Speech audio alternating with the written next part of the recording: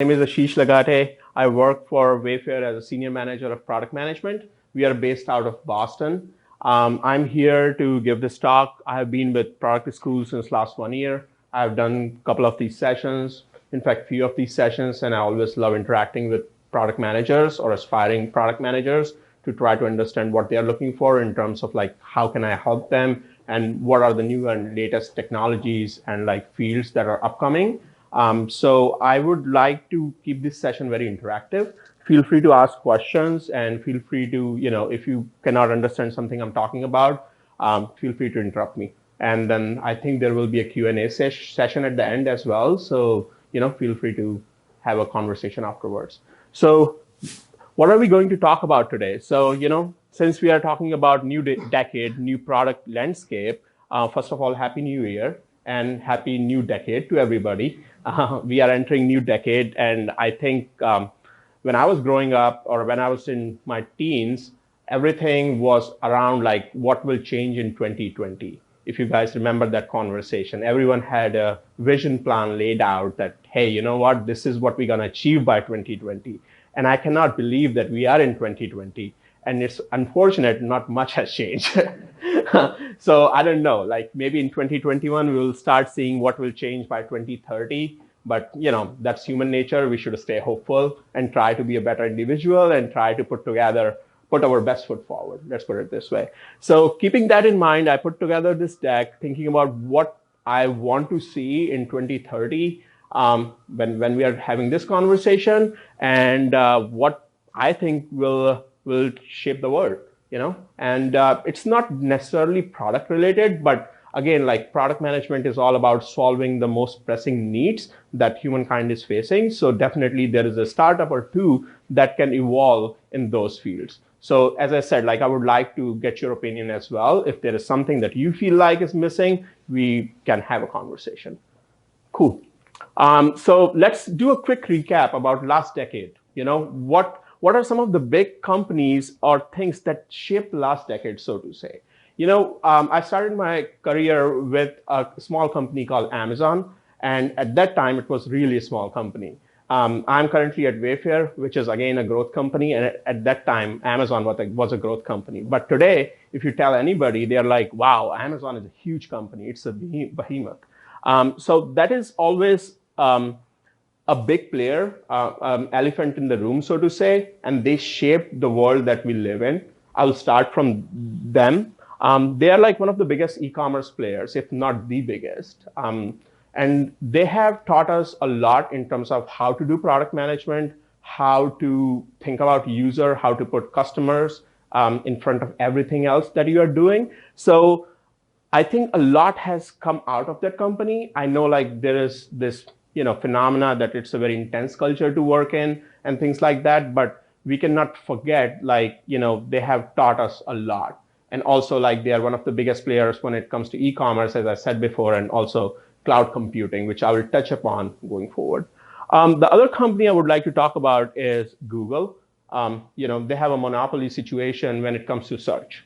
They market themselves as advertising company for various reasons, but they are monopolistic when it comes to search. They have a duopoly situation when it comes to mobile operating systems. They are fighting with Apple when it comes to mobile OS. And they have also ventured into, unsuccessfully, I would say, into mobile handset market. So they are also one of the biggest player, and they are here to stay, just like Amazon. They're not going anywhere. The other company is Apple, of course, first company to reach the $1 trillion market cap. They have fundamentally changed the way we use handsets. They have changed the way we use laptops. I think it's pretty much everyone's dream kind of to have an Apple laptop and Apple iPhone, unless you're a hardcore Android supporter, which is also fine. But like it's a dream and aspiration company for everybody. And the one thing I really like about Apple is when they proposed this concept of end-to-end customer obsession, not many takers were out there. By that, I mean, when Steve Jobs proposed that, we should build hardware as well as control the experience of the hardware by also writing software, people are like, oh my God, you're taking too much on your plate right now. But now when you look back, you see like I'm pretty sure most of us has tried to format their PC. You have to download the drivers and go on Dell website to get the disk and all those things. And think about formatting an Apple laptop. You don't need to think about any of those things because Apple controls the software as well. So that is also a very nuanced thing that they did, which has a major role in ease of use, I would say. And they control the experience end to end when it comes to mobile OS, mobile hardware, Apple MacBooks, similar things. Facebook is very, very important because I think this was a true network-oriented company that connected most folks around the world. I mean, the concept, I would not say they invented the concept. If you folks remember, there was a company, or I would say software called Orkut that was around that was bought by Google later on, but they somehow were unable to scale it. And that's why I think we do not remember about that software, but we do remember about Facebook. So the true growth that came for this company was because they were able to replicate their success and literally use the network effects that came with social graphs and connecting people across the world. So I believe like when we look back at last decade, it's very important to think about these four big companies that kind of shape the world that we live in right now. And I don't think like most people can live without like, I would say two or three or more than these companies. We definitely use Amazon to buy things. We definitely use Google to search for things. Most people have Apple iPhones, unless you're an Android supporter, then that's also fine. And then Facebook also, you jump around a little bit. Any questions, concerns? Is there any company you feel like that I missed that should be here, that you feel like that shaped the decade, that just Netflix? Uber. I think Uber is a curious case. I'll come back to Uber question, but Netflix is also, I think we are seeing the rise of streaming services. So that's why I think when I was thinking about this slide, I was thinking more about like, what are some of the companies that hold dominant positions in their vertical? And Netflix, I think, is going to get into a really bad situation, and I will talk more about it later. But I think the streaming wars are just getting started. Uber, we have to see, So, oops, sorry, what happened? Right. I think, as I said, like, I agree with the concept, but again, like, what I'm thinking is like, can that concept be profitable? So when we talk about Netflix and Ubers of the world, as I said, like I was thinking of talking about it a little bit later, but we can touch upon this topic right now, since Uber is right here on this slide. So Netflix is, I will come to Netflix later. Let's talk about Uber first, right? So Uber is a great concept, right? We don't want to like, go on the road and get the taxi, so you can do it using mobile phones. But at the same time, Uber got into difficult situation when they did the IPO. They are still hugely unprofitable. And we don't know. I am hopeful that they can turn around and make profit. But again, with the delay in autonomous cars, and there is no other way to like innovate, so to say, that I can see there, I doubt that they can keep doing the same thing that they are doing. How long you can keep losing money is the question we are asking. Right?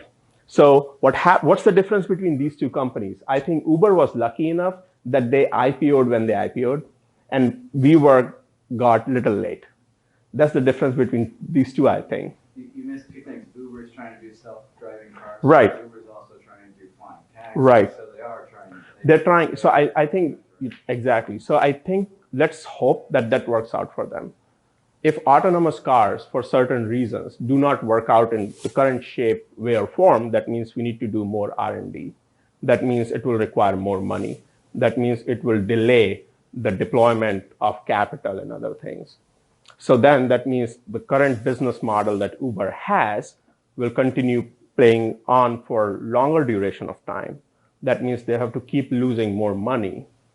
And then how much patience Wall Street shows on their stock, that also dictates a lot of things.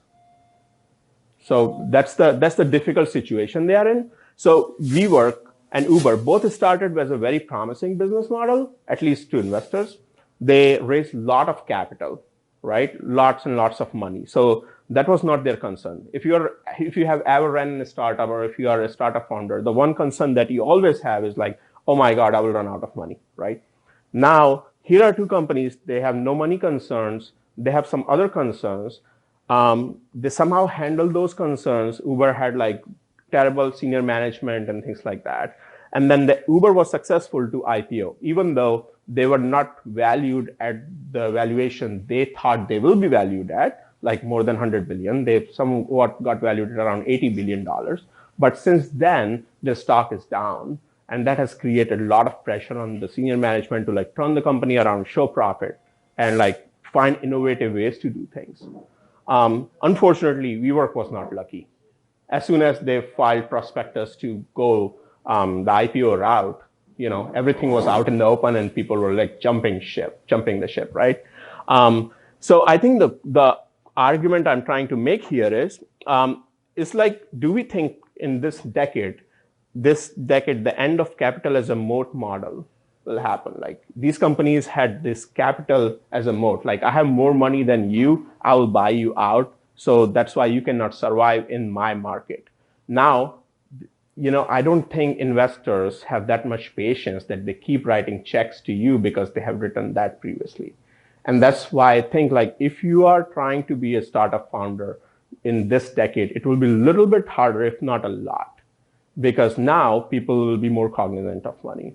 Even if you look at like various investments that has been made around, and if you talk to other investors, they are valuing value companies more than growth companies. And that's like a fundamental shift that we will be seeing, I think, in the next decade. So I find like in this decade, we will not be seeing a lot of patience, and the valuation of the company around like $80 billion or something like that will not happen. I think this year Airbnb is going to file their IPO, so they will cash out of that situation. I think Airbnb is a promising concept, but again, it needs to be seen that how cities deal with this like temporary renting situation. I live in Boston. In Boston, if I want to rent or put my apartment on rent for 7 days or something, I cannot do it unless I get permission from the city. I think the laws are getting stricter and stricter, even when it comes to New York City and other places. So we'll see. I don't know how they're going to deal with it, or once they get into public market, how things will shape out there. But that's a very interesting concept.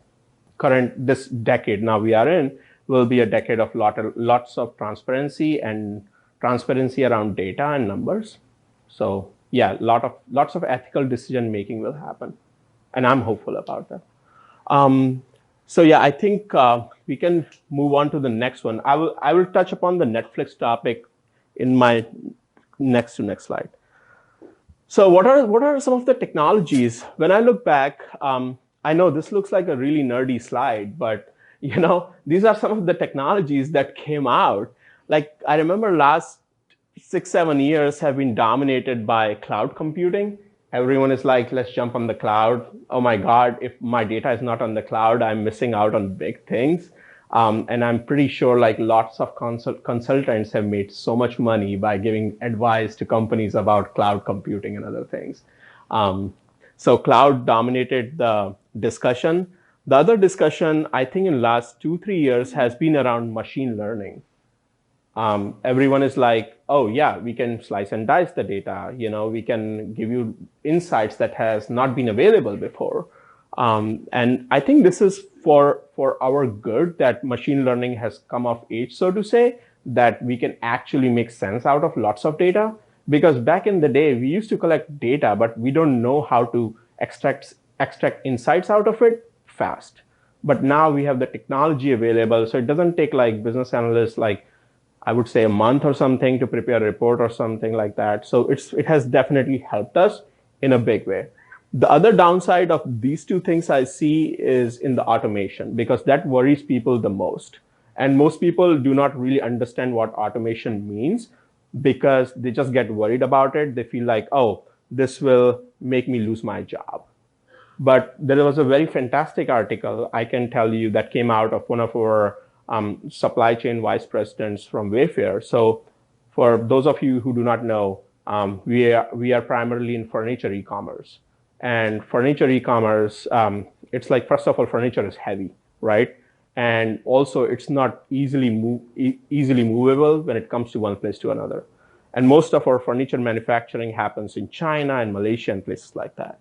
So lots of people are understandably involved in moving furniture through ships and whatever. Supply chain is a big part of our organization. So when automation discussion happens around supply chain, people really get nervous because they're like, oh my God, machines are going to replace me.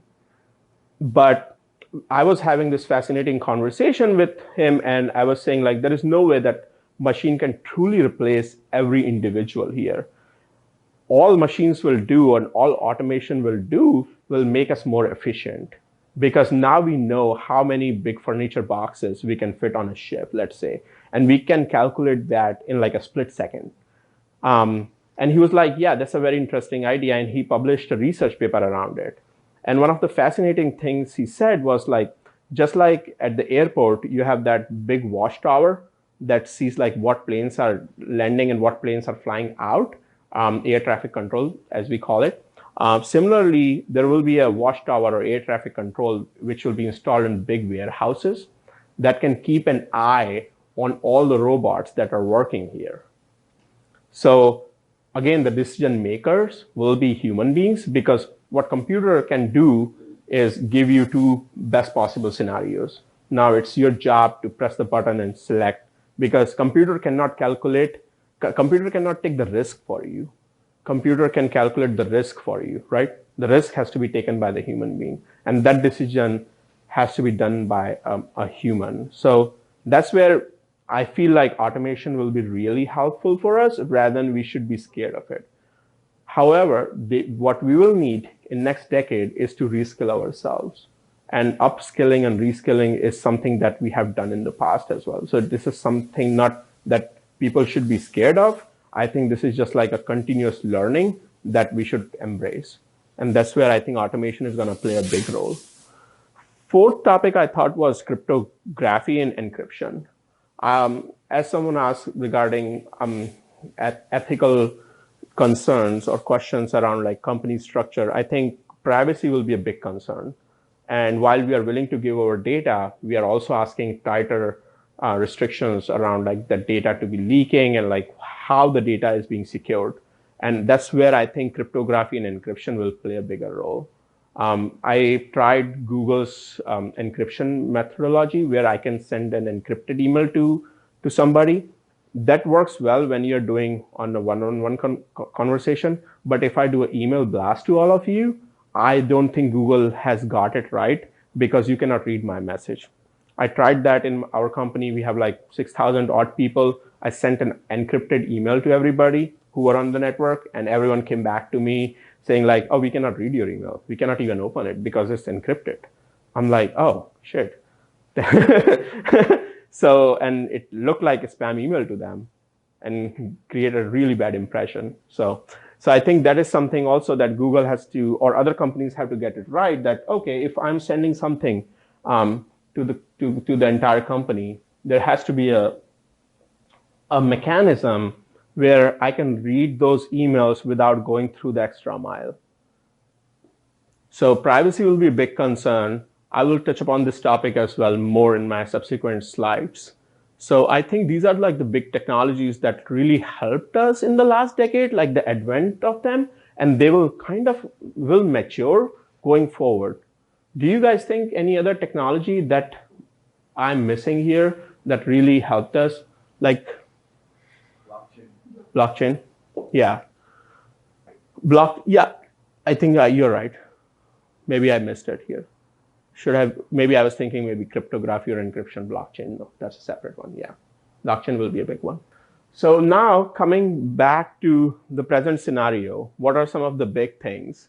And as I said, like, this is not a product deck. So, these are the topics that I thought like will be big discussion drivers in the upcoming decade, and lots of companies and lots of skills, I would say, will come out of this. The first thing I thought about was automation. We talked a lot about it, but I still think that will be a big player. And that's where I think when I wrote that point, I was thinking not only about robots, I was also thinking about autonomous cars, you know, autonomous cars that will help us to go from one place to another, right? Like that's the big thing that I was thinking when I wrote this one. Have you guys tried self-driven car by Tesla yet? They have not been able to fully like deploy it. I tried it once and it was great, but it was not there yet. I also do not know whether it's legal to drive autonomous cars, but it was pretty funny. Like when I was driving on the street within the city, it will tell me that there is a red light, but it still wants me to press the brakes. But when it's on the highway, it can help me to change the lanes, or it will automatically change the lane for me. And it will also calculate that which lane is the fastest so that you can move into that lane, and it will do that for you. But I don't know if I feel like the risk of dying on a highway is much higher than the city. So I don't know why they're willing to do it on highway, but not in the city. So, so it was pretty funny for me. Maybe something that they will come out of in this decade. Number second was blockchain and associated applications. Cryptocurrencies. I'm not sure like at what point we will be there. I think it showed a lot of promise at the beginning. Then the promise kind of got tapered, and now we don't know the future right now. I mean, I think everyone is trying to build their own application when it comes to crypto, but of course, crypto will be the big one. I personally feel like the biggest promising aspect of this technology will be in the real estate transaction. Any kind of ledgers that you can register transaction with is where this will be hugely helpful. In my past, I was running a company called housing.com in India, and we had a subsidiary in Australia. So in Australia, the way housing market works is you can be sitting in your drawing room, and online auction happens for houses. So you can place your number, whatever your number is. Like say you put 250K, and if you buy the house, if your bet wins the house, then they transfer the house to you through the blockchain technology. The registration mechanism is fully digital there for certain areas, of course, not for everybody. And since it's like digital signature, so there is no way that can be altered. I don't know whether we will be able to bring it in the United States. Similar things can be said about cryptocurrency, to be honest. I feel like we will be the last one to jump on the cryptocurrency bandwagon. I think China will come up with their own crypto, or Japan will come with their own crypto, and we'll be like watching from the sidelines till it becomes properly regulated and everything is done. Because understandably, like we have much bigger market, and which is much more regulated, I should say. So that is another thing. Privacy concerns, as I said, like, right, mass surveillance, facial recognition. I'm not sure if you guys have seen documentary about Amazon's technology that is being used in Seattle and some other countries, or like China. So Amazon, I think it's a subsidiary of AWS. There is a division in Amazon which produces facial recognition technology, and they have given it to certain police departments so that they can try it out. So that system can recognize a face, a license plate, or even the car color, everything with 99% accuracy. And they have a database. They can do real-time analysis of it. So I was watching this documentary, and what they can do is they can do surveillance in an area, and they can almost like within a split second can check from their database that there is a wanted criminal that is in this area through facial recognition. And, so that is pretty crazy, I think. So we will have more conversations around these privacy concerns. I was also listening to a professor who lives in Washington, D.C., and he was saying like, there are no definitive rules and regulations and laws around it that what you can capture and what you cannot. All we know is like, oh, if you are in public domain, anyone can take a picture of you. But then how long they can store it, how many times they can use it, where all they can release it, we don't know. We have not defined that yet because we never thought about it. And I don't know when we will have those conversations, but like that is another important conversation to have. Also, like if you are a product manager who is thinking what my next big move should be, I think these are some of the areas you should think about. If you want to get into these companies who are working in facial recognition systems, or like cryptocurrencies or automation. Before I joined Wayfair, I was seriously thinking of joining a company called Robinhood. They're based out of San Francisco. They were doing pretty phenomenal job. I really like their business model. They're into crypto. So that is, and also Coinbase, if you guys have heard about them, they're also there. Streaming wars, yeah. Coming back to Netflix topic here, yeah. So Netflix definitely showed us like how to do streaming. I worked for a brief amount of time for Warner Brothers, and one of the projects I did for them was the over-the-top, as we call OTT in industry parlance. That essentially means nothing but streaming. So they were trying to figure out. They have like this huge treasure trove of data, lots of movies, and they also are owned by AT&T now, right? So they're like, how can we leverage these two things together so that to show our users who are AT&T subscribers all these nice movies, what the pipeline will look like, how can we position ourselves? And they have yet to figure it out. But I think the most exciting time is now. I saw recently, maybe today only, that NBC Universal is coming up with Peacock streaming services. So they're coming with Peacock. Disney just launched their subscription services. Netflix is there. My biggest concern with Netflix is, if you look, again, this is like a heavy financial jargon topic, but like, if you look at their balance sheet, they have like $10 billion of debt on their balance sheet. Now, granted, all that money is going toward online, what is the right word?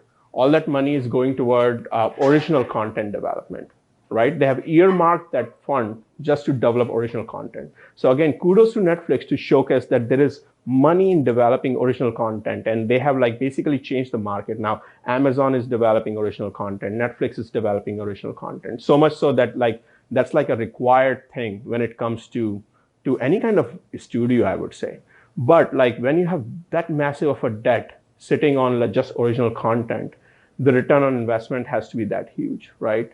I think Netflix had a lukewarm year when it comes to 2019.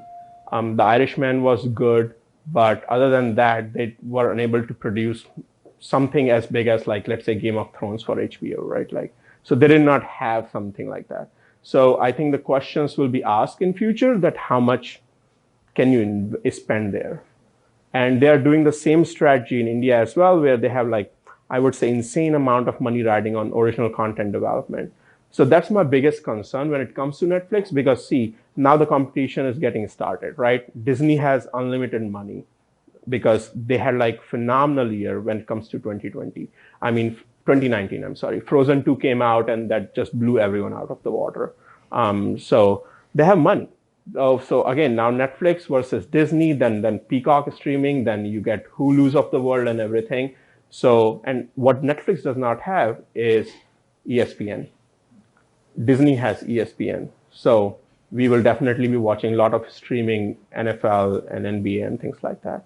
So that's where it's going to get a little difficult for Netflix to survive, in my humble opinion. But I'm not saying they're going to go away, but we'll see how much debt they can take and how much heat they will face. Because right now, like for like, I would say last 7 to 8 years, they had no competition, right? They were so much ahead of everybody else. And suddenly now everyone is like, okay, this is where the money lies. Original content is where the money lies. Now Disney makes movies. They get a lot of money from movies and they invest here. Netflix does not have movie channels. So similarly, Warner has movies. They make lots of movies. They make lots of money from that. And then they can invest in streaming services. Where is Netflix going to get money from? Because their only source of income is this original content generation. And if you guys are aware, they have lots of data, but they don't expose or give the data to anybody. They keep it for their own internal purposes. So it remains to be seen that how long they can sit on data and not open it up for revenue purposes when it comes to other players, because that data is really valuable, but they don't sell it. They don't share it. There is no API, nothing there. Like how the cable television used to bundle things, right? So yeah, I think the next step in streaming will be bundling, where Disney will say, okay, I mean, they are already saying Disney Plus is basically our movies plus certain channels plus ESPN. And as I said, like ESPN is a game changer because when we were working for Warner, we were like, man, we have everything but no ESPN. Also, no Frozen. So, like, what do you think Netflix has right now? Nothing. If you think about Amazon Prime Video, I'm sorry. So Amazon Prime Video also realized that potential, and that's when they bought rights for streaming NFL on Thursdays because they were also trying to tap into that market. But again, they don't have exclusive right for all the games. So they are only showing it, I think, a couple of years back for only Thursdays. So that's why I think the bundling will be very, very interesting. And again, my money is on Disney. And everyone knew it in the industry. Like once Disney jumps into it, it's kind of game over. But again, I don't want to write off Netflix yet. We'll see how they reply to it. It could very well be possible, considering like they're such a major player, that they might buy some other company. Because right now, they were fighting head to head in terms of getting recognition for their original content. And recognition for original content comes, unfortunately or fortunately, from awards, right? So Netflix has won this many Oscars, this many Golden Globes. Similarly, Amazon has won this many Oscars, this many Golden Globes. Now, I think that fad is kind of getting over. So everyone's like, okay, what's next? Where is the money, right? Because as I said, like they don't have any other avenue for revenue generation. So I think the first move I think they will make is to open their treasure trove of data and start selling it at hefty profit. Because now from that data, you can learn consumer habits immediately, right? So that is something that they want to do as well. Does that answer your question? Yeah, I think so. Okay.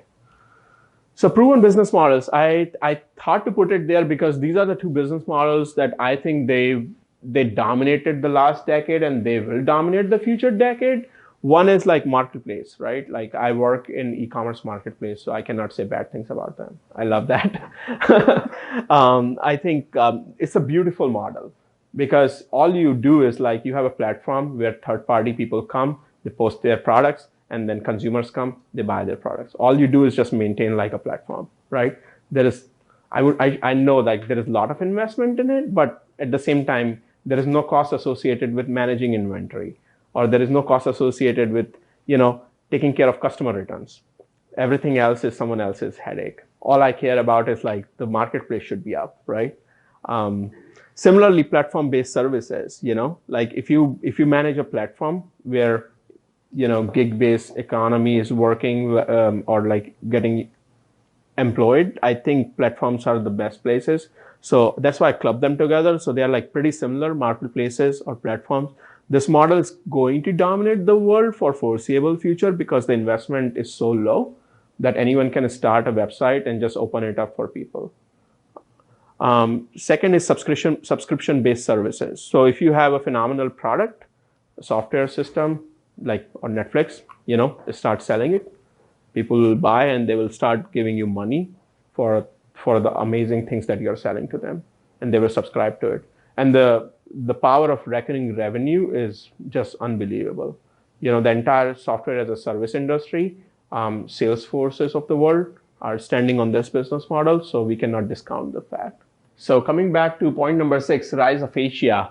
I truly believe that this decade will be the decade when the rise of Asia will happen. Because I have been hearing this from so many years that I don't know like whether I should be even saying this. But I think like China is going to be the biggest economy by the end of this decade before 2030, followed by probably India or Japan, depending upon how they do. Also, don't forget, Japan Olympics are happening this year. That will be a massive driver for both tourists as well as companies. It's really easy to immigrate to Japan, and their challenge has been no one knows about it. So they're like, we should try our best to tell people that you can come and live here and do cool things. And it's an amazing country. So I truly believe that Japan happens to the world and like we all move to Japan or something like that. And of course, like, their technology is amazing. Like, no one can question that.